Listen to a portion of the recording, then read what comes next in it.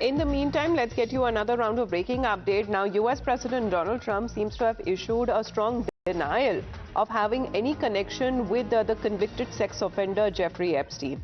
He's been saying that he had been totally exonerated and insisting that he had no involvement with Jeffrey Epstein, saying that I have nothing to hide, I have been exonerated and have nothing to do with Jeffrey Epstein. That is what Donald Trump now seems to be claiming. Well, Srinjoy, how do we put this forward as far as President Trump is concerned, saying he himself seems to be giving a clean chit, saying that he's been fully cleared?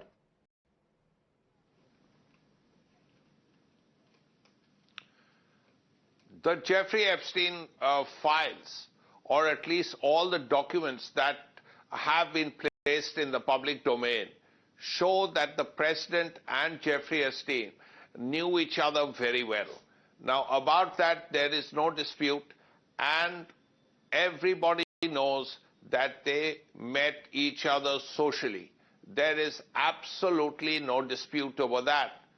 But the seamier sides of it, the association with underage women and all of that, there is no evidence as yet of Donald Trump being involved. I mean, also, it must be said that while there has been a lot of cases and a lot of action taken on the other side of the Atlantic, King Charles III has actually very strongly acted against his brother. Once Prince Andrew, now merely Andrew Mountbatten Windsor. Also, Peter Mandelson has also had to give up his post as ambassador.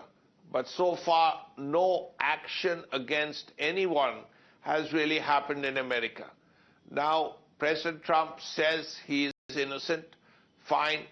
There may or may not be evidence in the future. But no action against anybody has been taken so far in America.